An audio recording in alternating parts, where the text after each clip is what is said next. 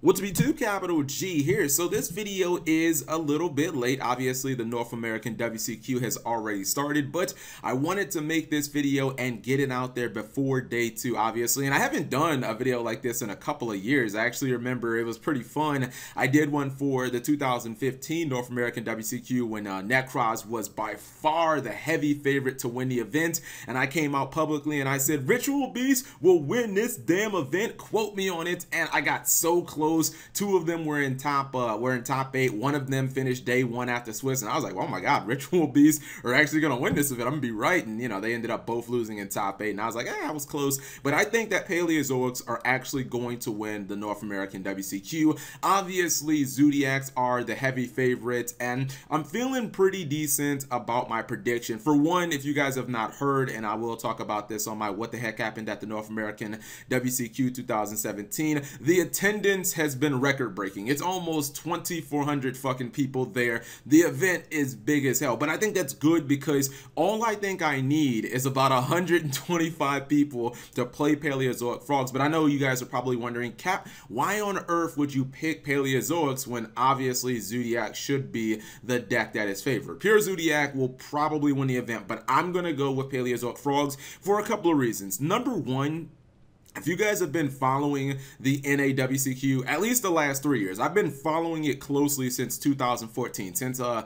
year that Hat won. Strange things tend to win the North American WCQ. I mean, did anybody see Domain Monarchs winning last year? Like, nobody saw that happening. Did anybody see a Burning Abyss mirror match a couple of years ago with Noel Green? Obviously, as I said, Necros were heavy favorites. So, you know, conventional wisdom kind of goes out the window when you're talking about the North American Nationals. And that's why I think Paleozoic is a very good value pick. I think that it is honestly the most undervalued deck in Yu-Gi-Oh right now. I'm not saying underrated because you'd be like, oh Cap, didn't you just say Phantasms are like the most underrated? No, underrated means people just generally don't think the deck's that good. Undervalued means that people know it's a good deck, they just don't play it for whatever reason. Like, everybody still looks at Paleozoic Frogs and thinks that's a good deck. Totally Awesome is still broken. I mean, there's still a lot of good plays in this deck. You can still basically play like 22 traps, maybe like 5 spells, and then the rest just be monsters, or hell, maybe even more traps than that.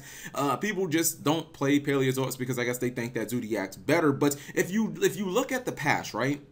What did the past tell us since Raging Tempest came out? The past has told us, obviously, Paleozoics have a good grind game, and the past has also told us that Paleozoics can actually go toe-to-toe with Zoodiac. I mean, don't forget, guys, Paleozoic did win 2 back-to-back YCS championships, and both of those came, you know, at full power Zoo. I'm talking when Rapier was at 3, they still had access to Norden, although I don't think anybody was really playing Norden at that point. You have to look at Zoodiac and think, you know, it's not like Zoodiac has really gotten stronger. Obviously, the deck is just as dominant as it was before. Now it's kind of more centric, or it's kind of more focused around like out-grinding the opponent, and its recovery game is, in my opinion, I think actually just as strong, maybe even stronger, because it's not solely reliant on pretty much just Digestal Emerald. Now you have things like Shuffle Reborn and Soul Charge to contend with, but there still isn't a lot of great answers to a turn 1 board of like Totally Awesome plus like 4 back row and,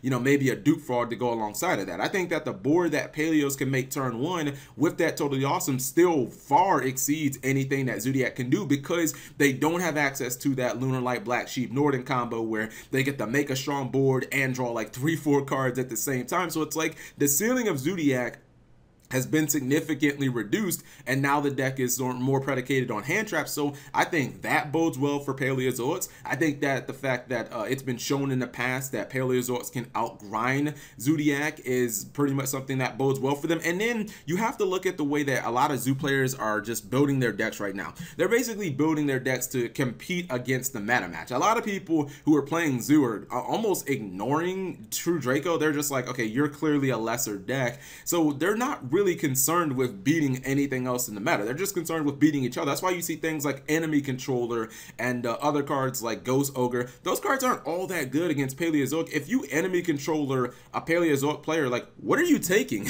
Everything in the deck is like level 2 or maybe a Bat Jack at level 1. Like, what are you doing with any of these cards? You take a Paleozoic monster, you can't do anything with it. I mean, there's no good play there. Even a card like Ghost Ogre, if you Ghost Ogre a copy of maybe you Ghost Ogre the Swap Frog when they normal summon it. Okay, it's not really that big of an accomplishment. You still go neg1. They're still going to summon that Rodent Totem from the graveyard using the Swap Frog you just destroyed. So I guess you can technically say you went neg2. So it's like those don't do anything. Now I will say, I guess the other side of the coin could be Flying Sea being in the main deck definitely hurts my prediction. I'm not 100% sure how Paleozoic players would be, like how they would just consistently play around Flying Sea. I do think that that's a problem. That's a monkey wrench thrown in their plans, but I just look at all the cards that Paleozoic can run, and I still don't think Zoo has answers for them. You know, you look at a card like Quaking Mirror Force that can be a complete blowout. Every Paleozoic player is going to play like 3 of those. What is the answer in Zoodiac to that? I mean, your field's going to be clogged up. You're going to have a bunch of face-down monsters. You can't use My Body as a shield on it. You're not going to be able to use something like Shuffle Reborn because you have monsters.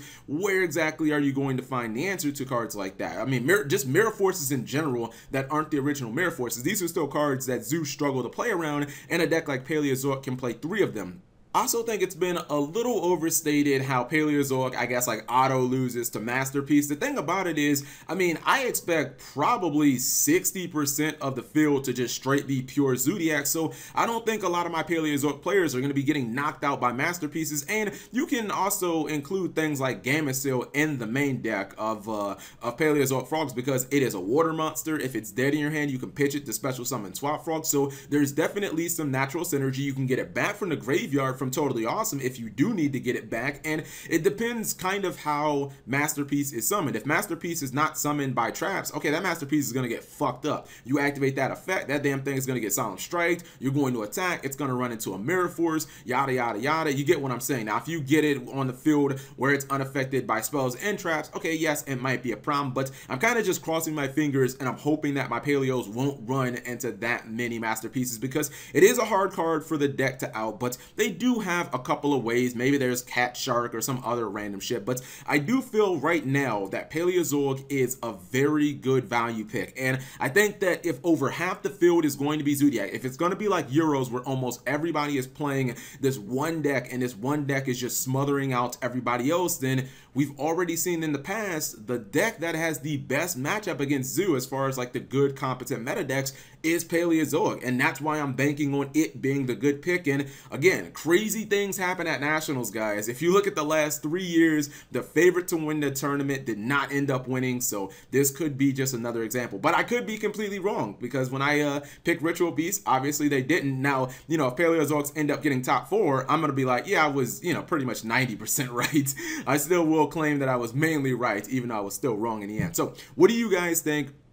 What are your predictions for Nationals? What do you guys think is going to win? And obviously, if it's Zoo, what would be your second pick to win? Like, what deck would you guys also want to see win? Because I did feel like it was important for me to get this video. I was like, man, I haven't done a prediction video for the NA WCQ in a very long time. And I'm going to think outside the box. I'm not going to pick, obviously, the favorite in Zoodiac. And going to roll the dice here, see if we can come up with those, with the double sixes and not hit a snake, guys. Anyways, thank you guys for watching. As always, let me know what you thought in the comment section below and subscribe if you have not already.